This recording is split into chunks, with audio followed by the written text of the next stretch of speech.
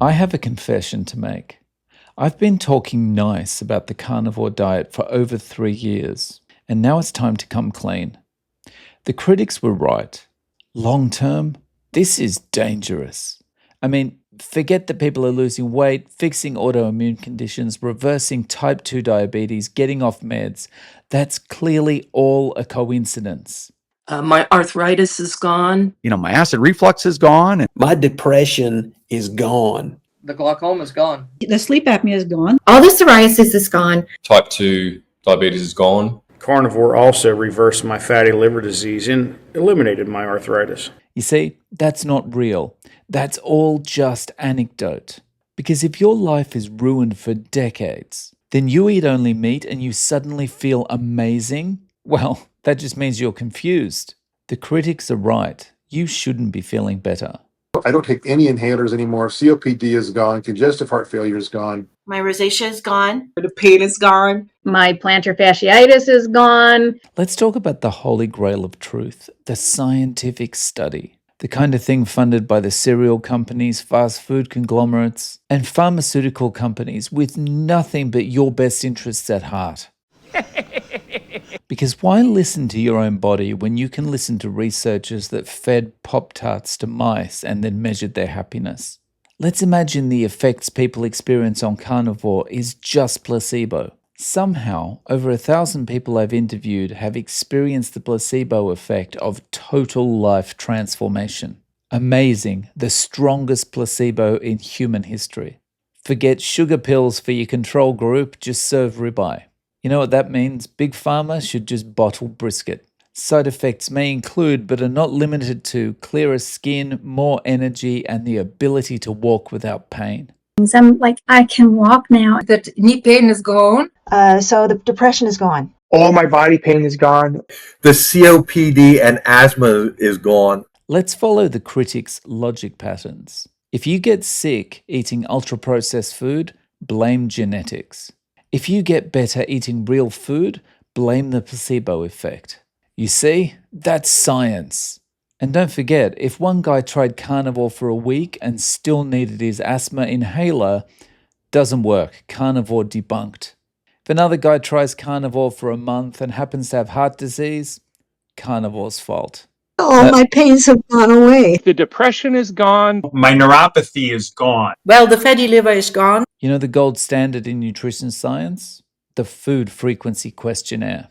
That's where scientists ask people to remember what they ate 7 years ago. Madam, can you tell me how many blueberries you consumed in February 2015? Some? That data then gets turned into a paper that makes it to the New York Times. Meanwhile, 40% of the population is pre-diabetic or diabetic. But hey, come on, more kale, Cheerios and Pop-Tarts. Here's the real question. Who benefits from you being sick? Not your grandma, not your friend who can't get off meds. But if you do stay sick, you need more meds, you need more specialists, you need more therapy. And guess what that means? Recurring revenue. This is sick care as a service. Your health is their business, and business is booming. I think about the 5th or 6th day in, the arthritis pain had gone. When I went on the carnivore, I would say 90% of my pain is gone. The arthritis being gone was the big plus. For the first time in 6 years, I'm under 300 pounds again. My skin tags are gone. The idea that all humans should eat 6 to 11 servings of grain a day falls apart as soon as someone reverses arthritis simply by eating nothing but steak and butter. So that can't be allowed. That's why all these doctors are out there on social media constantly bad-mouthing carnivore and even keto. They didn't invest all that money in their education and training just to have you turn around and saunter away and fix yourself. There's money to be made here, mate, and you need to be sick in order for that to happen. The critics aren't evil. They're just invested, emotionally, financially, and reputationally. If people realize that eating nothing but steak reverses type 2 diabetes, then they lose the narrative. And what do humans want to protect more than anything else? Narratives. Even when those narratives are killing us slowly. And then as my energy levels increased, and I hit that moment where my depression just disappeared.